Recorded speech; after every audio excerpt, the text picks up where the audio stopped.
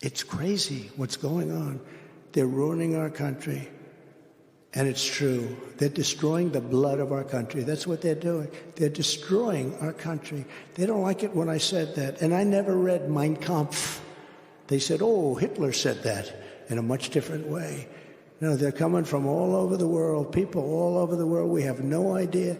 They could be healthy. They could be very unhealthy. They could bring in disease that's going to catch on in our country. But they do bring in crime.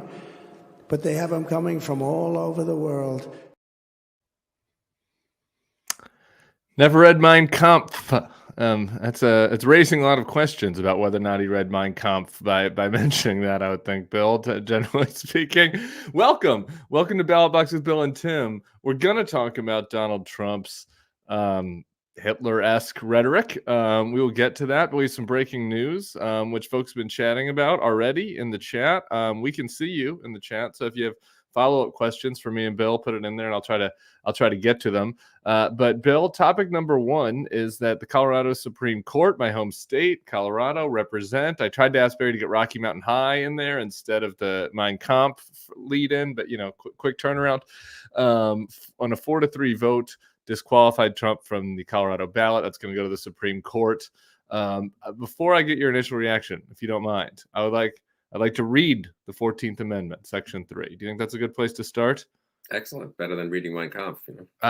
Significantly better than reading Mein Kampf. Okay, here it is.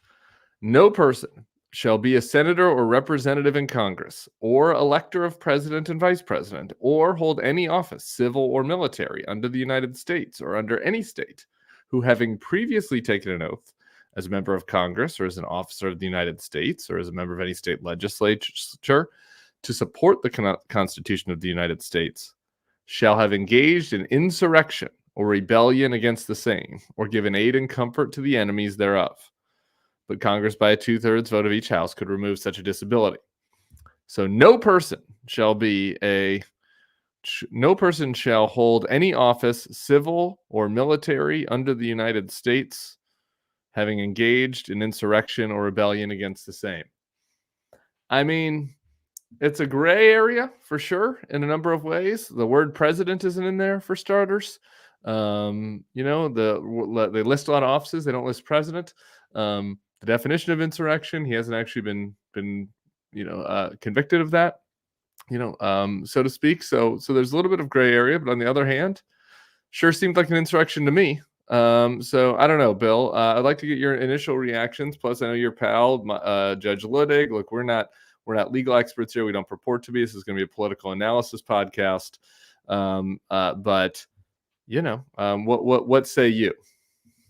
Yeah, Mike Ludig and Larry Tribe were two of the main people arguing that this is the right thing, arguing for the decision ahead of time, and will certainly be defending the decision. And I imagine filing an amicus brief before the U.S. Supreme Court, and I respect them both. And there's obviously a serious argument that what Trump did is an insurrection. He was clearly the head of it, just as that Section 3 of the 14th Amendment was designed to keep Jefferson Davis and other officers of the Confederacy and out of the U.S. Congress, or for that matter, out of the executive branch after 1865 or 6 or whatever it was passed. There's a case for Trump. Now, it's also the case that somehow the Civil War, the South seceded, and so it was kind of officially an insurrection, and Jefferson Davis was president of the Confederacy. It's a little different from January 6th, and Trump has denied, I suppose. Does he even deny it's an insurrection anymore now that I think about it? Anyway, he praises January 6th, but he doesn't really think call it an insurrection. And he hasn't been convicted either in criminal cases or impeached and convicted. I think if he had been impeached and convicted, it would be pretty easy, honestly, to say, yeah, disqualified. And or maybe if he's convicted in a criminal case, I don't know. But we'll see. I mean, look, I'll say one thing. I'm politically a bit of a skeptic about it in the sense of it makes Trump a victim. I think ultimately the odds of people I've talked to who know this kind of thing think the Supreme Court, probably U.S. Supreme Court, won't uphold the Colorado Supreme Court. So he gets to be a victim, then he gets to be a victor. He wins in April or May or something, and then he looks like he's even stronger. So I'm a little worried about all of that. But I will say, you know what? We have the rule of law in the U.S.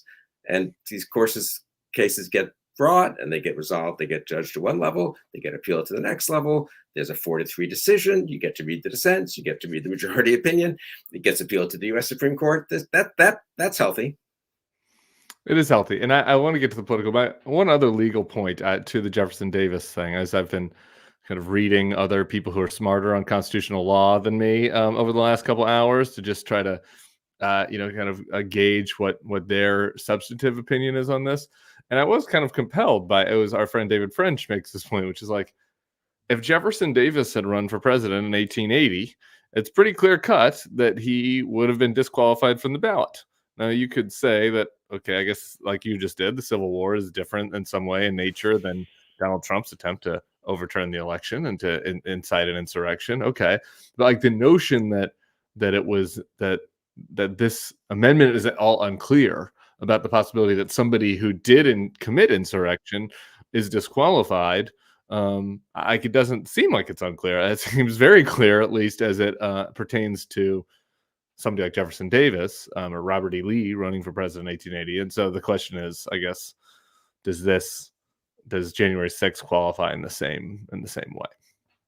Right. I mean, plenty of people who fought for the Confederacy ended up serving, I'm sure, in the Senate and the House in the 1880s and 90s. Sure. And some of them got that 2/3 vote by Congress, right? That's interesting, isn't it? Yeah. So I agree. It's not an obvious call whether it becomes, but the Supreme Court will also have to think about, given that they'll make whatever judgments they make, and whatever happens. I guess my main advice to people, if they don't read my advice, but is don't count on this. It could be, look, if the court upholds it and if the country kind of goes along with it, that's one thing, but you can't count on it.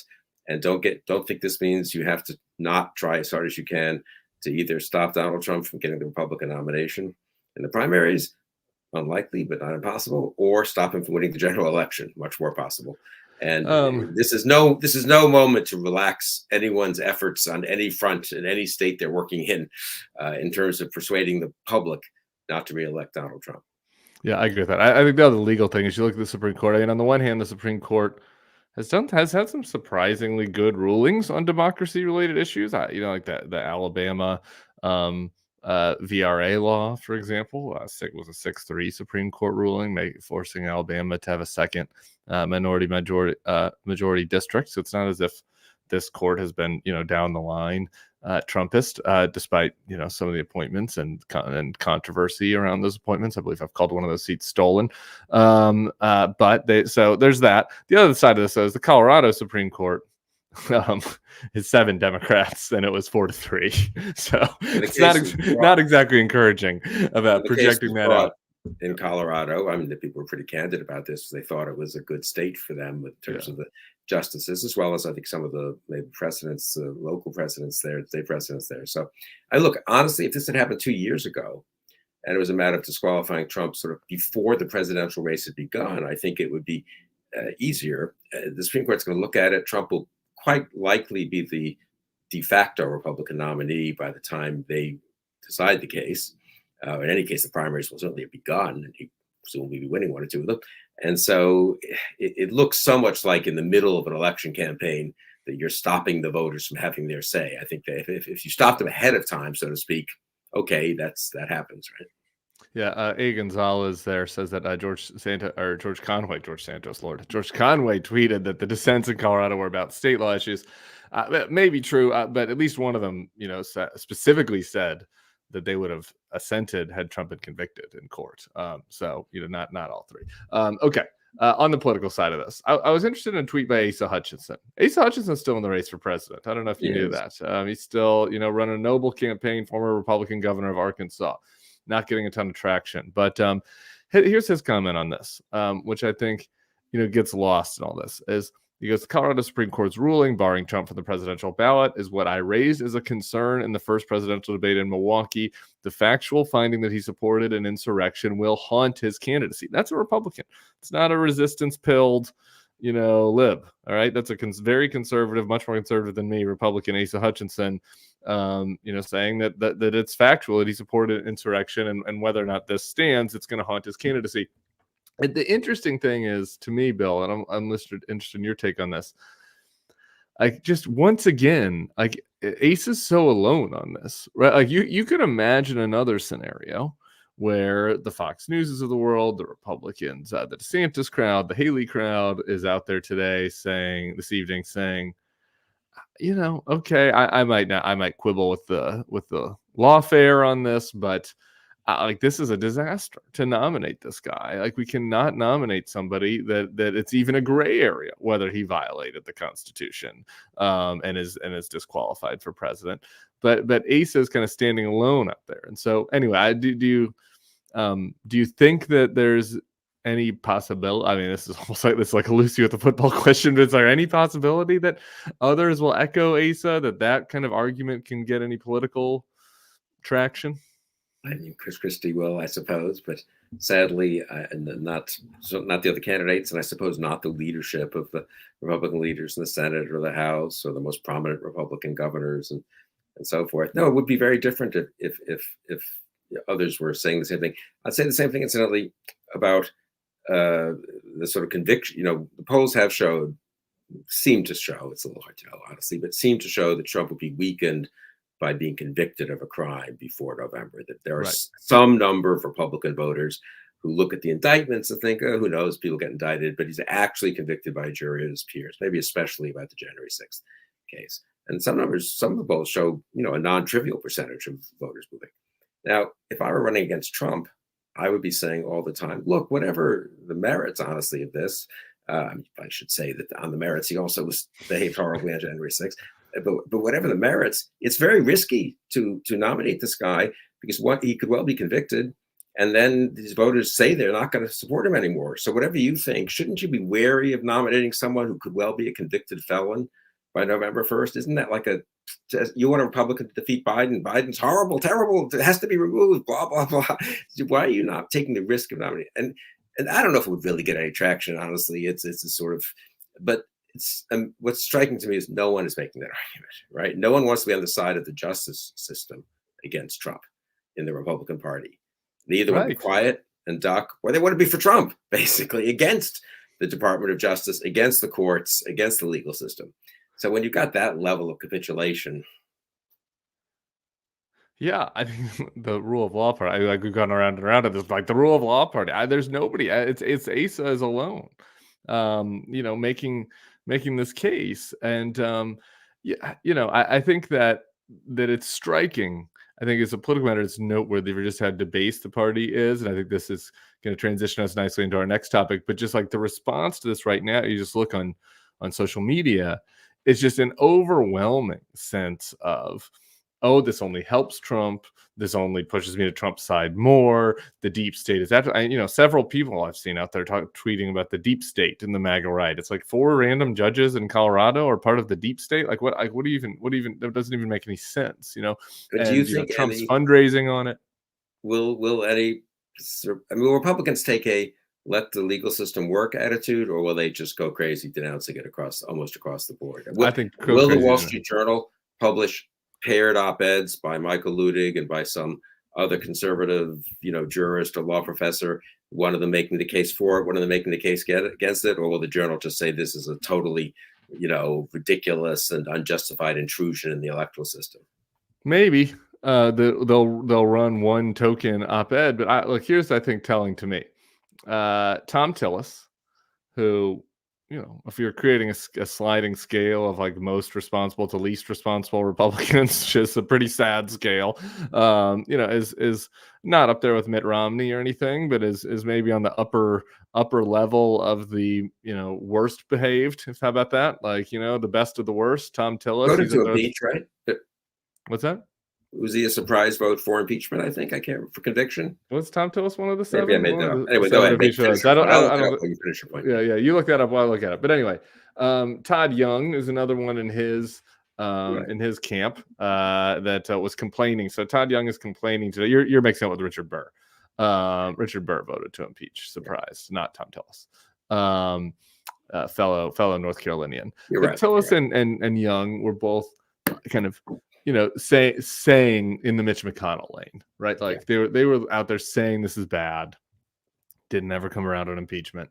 Okay, where are they today? Todd Young is out there complaining that the media is asking about Trump, and he's saying we're just doing all this all over again. You guys have to keep bothering me about this. That's just like crazy. Tom Tillis is going even further.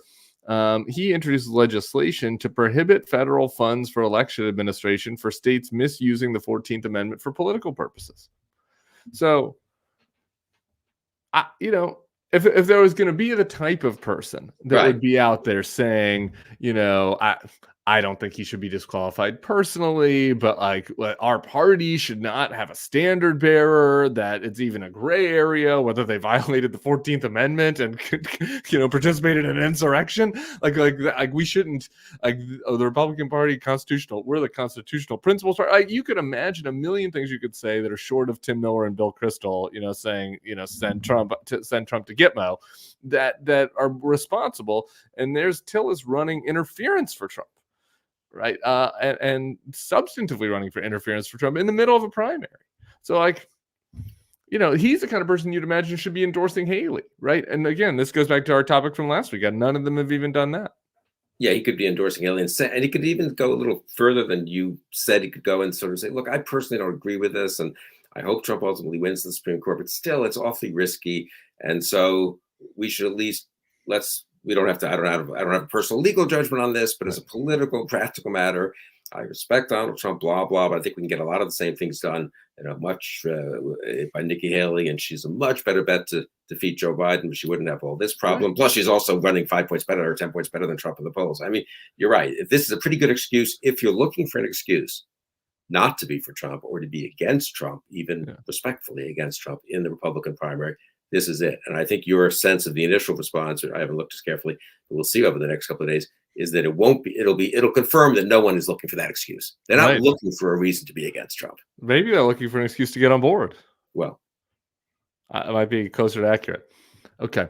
We're going to switch interview tables here, which takes us to the people that don't need an excuse to get on board. I was in Arizona this weekend for Trumpchella, America Fest, put on by Turning Point USA. Among the names that I saw speaking there, Roseanne Barr, a conservative sports talk man, Jason Whitlock, was talking about repealing universal suffrage. We had Ted Cruz talking about how liberal men are not satisfying their wives because they're baby men. Vivek was there. Matt Gaetz. My article today was about all the Matt Gaetz love there. Steve Bannon spoke. Carrie Lake. It was the deplorable of the deplorables. And so I turn it over to you. What would you like to know about what's happening in the darkest underbelly of the MAGA right? My first question is obviously, are you okay? I mean, your mental sanity. You're back home and calm. I'm back home. I got the pinto beans. I was called up. I don't know if you saw the video. Steve Bannon spotted me. And called me up onto his live podcasting thing where he tried to tease me a little bit. And I grabbed the mic and I said, well, if you're going to acknowledge me, I'd like to acknowledge our legitimate president of these United States, Joe Biden. A lot of people booed. And then after that, we're all humans. There is a humanity that it's important to discuss. And there are the people that came up to me, 8 out of 9 were like mostly interested why I was there. One nice older man wanted to talk to me about how he could convince his daughter, who doesn't want to talk to him anymore, like how she might be open to, doing what I do and at least listening to the others. So, the young Republicans were all excited to talk to me. So I was not scared for my safety. There was one man that was quite upset about the fact that Steve Bannon had called me on, and we had to kind of separate him from us. But it wasn't.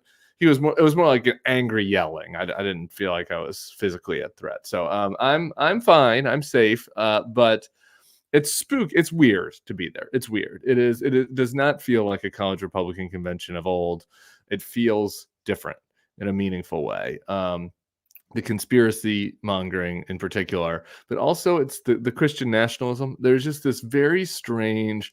The best way I could describe it, I think, is it's like this combo with when we were growing up, when I was growing up, we had all these, the Christian rock festivals. That was like a thing in the 90s. Remember that? Where it was like, we're going to get young people back into Christianity. We're going to have a rock concert and do hymns.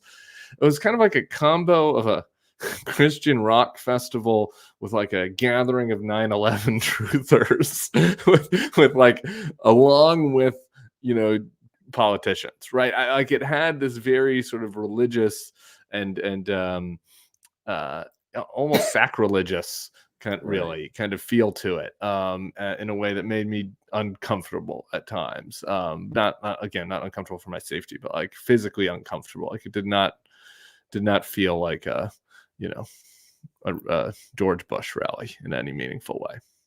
Yeah, that's and not even like maybe a Pat Robertson rally, I suspect, from 1988 or Right. Gary Bauer from 2000. It really has changed so much in character. I mean, you must have found that. I mean, I guess I didn't go to a lot of Gary Bauer rallies, so I don't know. But I think that there was something to that. I mean, obviously there was a charlatan nature, to some of these folks. I don't want to impugn anybody of them in particular, but there are always religious charlatans throughout all of history, right? So that element, I guess, isn't that different, but it's just how phony it is. Yeah. Right. I mean, at least like literally, I met this guy. Here's a prime example of just how phony it is. I met this guy who had a badge on who recognized me, and it said executive pastor on it, because Turning Point has its political arm and then it has like a religious arm, which is like religious activism. And we get to talking, and after a few minutes, he's like, "Well, I'm not actually a pastor." Just like I did a year of theology school or a seminary, 1 year of seminary. So I count, so it's kind of like, okay, say what you want about Gary Bauer. I think that there was a seriousness, at least, maybe there were charlatans, but it was a seriousness about it. And this is very much righteous. I don't know. Have you ever seen the show Righteous Gemstones? No. It's worth like watching 2 episodes of it, because they do a nice job of spoofing this world. It's on HBO. It's just a totally non-serious and kind of creepy, kind of vibe about it. Yeah, no, I guess one test. Well, the Christian nationalism thing, I really underestimated that. I've got to say, and it's come on so strong the last. I say, really, don't you think the last a little bit, obviously beginning in 2015, 16, but especially maybe since Trump's presidency, actually. I mean, I feel like it's... Who would have thought that? Yeah, I don't know. I really don't. It's Trump that would have spurred on the Christian nationalism. But no, I mean, Bannon talks about this. Bannon was on stage. And I will say this. There are some people that are very into the Christian nationalism thing, and I think that there are other folks there that like it more for the cultural machismo. Yeah. I want to be a strong man that has a wife that listens to me and that has children, and like I don't really care so much about the biblical stuff, right? Like I think that there's this cultural, and I want to make fun of trans people, and like that. It's that more than it is, actual like the Catholic integralism, where like they really think that we should have live by Catholic doctrine, right? But Bannon is up there like talking about Tim Alberta a lot.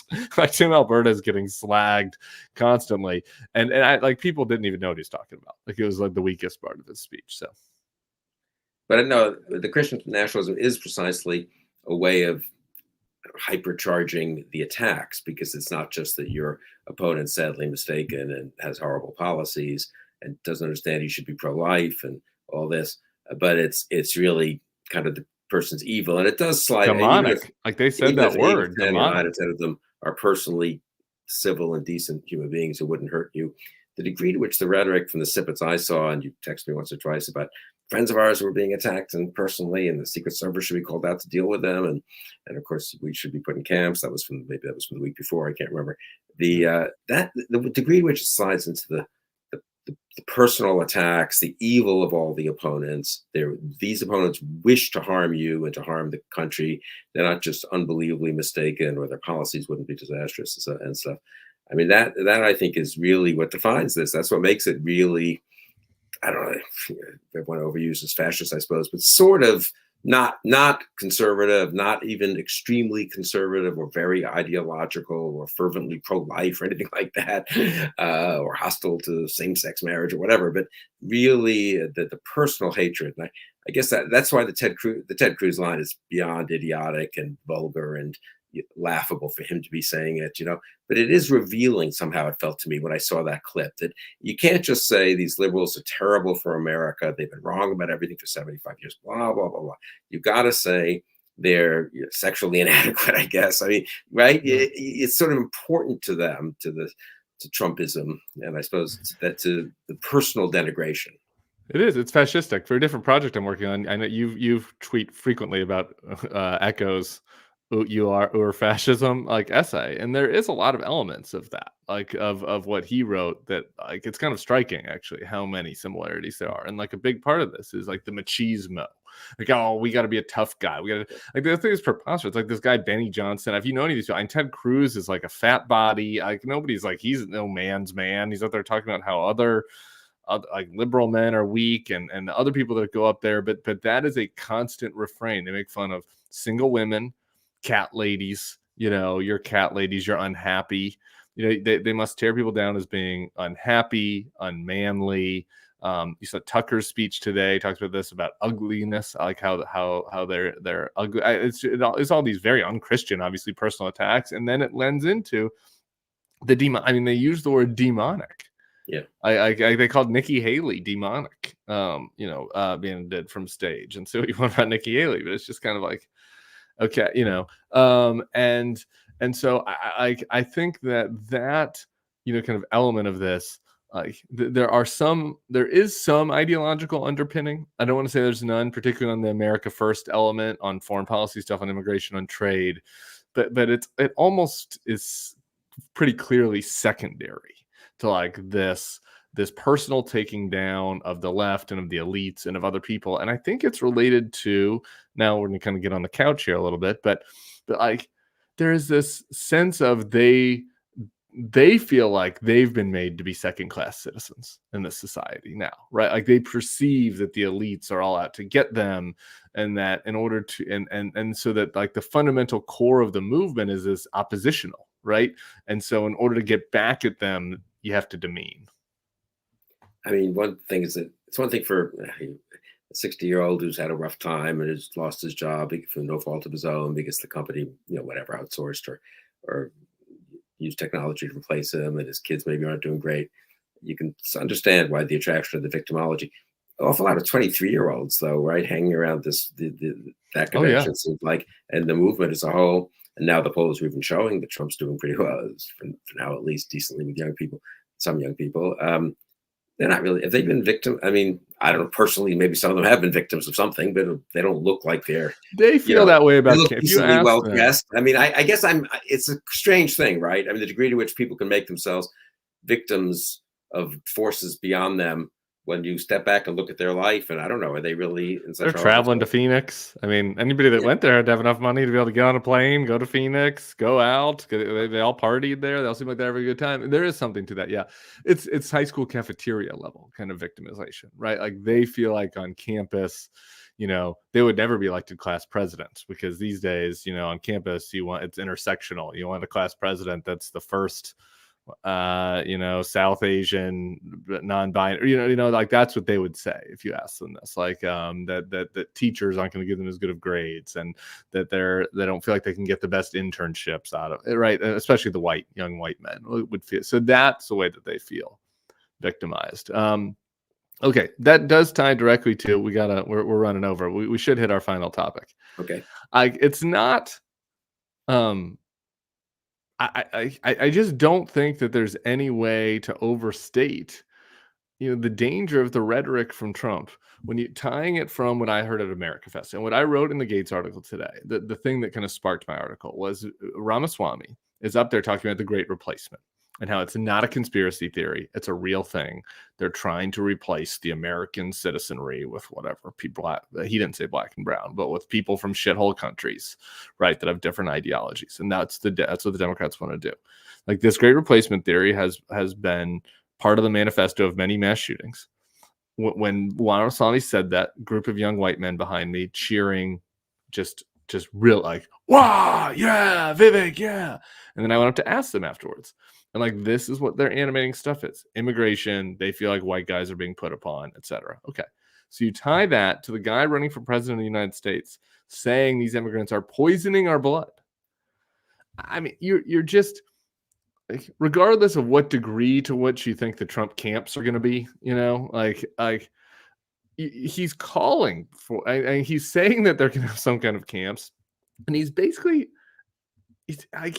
encouraging attacks on immigrants, right? I mean, like poisoning the blood, that kind of dehumanization, especially in a context where that is an animating issue for this crowd. I mean, like that has to just really concern you. Yeah, and Trump's Mein Kampf response that we began the show with, I mean, it's very revealing. It's in its own kind of crazy way. Trump, I mean, it's a ludicrous. What kind of answer is that? I mean, so fine. I've never read Mein Kampf. I really haven't. When I wasn't joking. But if someone told me, hey, this line you're using is a direct echo of Mein Kampf, and it had the following, was used in the following way for the subsequent, 20 years after he wrote the book, and in Germany and so forth, and maybe it has terrible history and connotations, and maybe you shouldn't use it, and then you keep on using it. I mean, that does say an awful lot. The idea that I haven't read the book is the right And answer. kind of double down on using it. Instead of, oh my God, okay, I'm going to be careful at how I put my case for restricting immigration. But it's been the same on everything. America first. I mean, you name it, one thing after another, right? He seems to think it's important that he double down to a considerable degree while trying to evade a little bit the worst kind of consequences of what he's saying. But I think you're absolutely, the degree to which they care about the meanness, the bullying, the authoritarianism, the proto-fascism, that's part of the appeal. And I guess my final question to you maybe is, how does that fit with, and I really don't know the answer. I mean, but 9 of the 10 people there are decent people who wouldn't, in fact, beat up an immigrant even if they had a chance to, who was walking down the street in their neighborhood, and might even help them, actually, right? Right, sure. And so how do they go along, though? Do they not see this and think, this is dangerous? Or they think it just flies right by them? Or do you have a sense of that? Yeah. So again, I think that we're talking about the decent people, because there are indecent people. And I'm painting with a broad brush. And there was a video, I didn't see this personally, but there was a video of a conservative, actually, a black gay conservative. There are all these like little influencers that you've never even heard of. That I'm very online. I've never even heard of them because they're just popular on TikTok and like conservative niches, whatever. This guy's black. He's gay. He's like, I think, a DeSantis supporter, like not all the way Trump. And he gets like bullied and like encircled, and they start calling him, I don't want to say, I think they start calling him the F word, F slur, and start chanting gay sex at him, and like he claims he heard the N word, and so so there are some people that are there for that. Right. Okay. So that's stipulated, and that's a concern in its own, right? Even if it's only 1% of right? Totally. Like, I mean, even if it's like a huge number. Yeah. Even if it's only 1%, that's a huge number and deeply concerning from the domestic terror threat and all of that could be to come in the coming year or more. The rest of the people go along with it this way. They rationalize it by doing the left calls us all racist and cries foul. And I know in my personal life, I'm not a racist. I've got a gay friend. I've got a black friend. My kids, I've got an adopted niece that's black. You know what I mean? Whatever. And I love that person. I have a person in my life that I love. And so, and then they rationalize the immigration thing based on rule of law. Right. And then it's like, oh, well, when Trump says, because I asked people about the poisoning the blood, many of them hadn't heard it. The ones that had, you got, he's talking about fentanyl, or, he's talking about, like whatever. And so, and then when I said, what about the camps? It's like, well, we're talking about detention camp. Like Biden has camps. Like we need detention camps for immigrants. We need a place to hold them when they come to the right. So all these rationalizations. And the dangerous thing for me is that, that great Atlantic story about the child separation. It showed how few people really, like, there were only like 3 people in the Trump administration that really wanted it. Right. It was like Stephen Miller and one other guy whose name I'm forgetting, and Trump. Right. And they kept pushing. And then there were a lot of people that were just operatives that kind of like, well, okay, on this one, we should go. That makes sense. And I think that you would have that. You just see the slow going along with all of this because they see the real threat coming from the left, and they see the real threat coming from the people that they think hate them.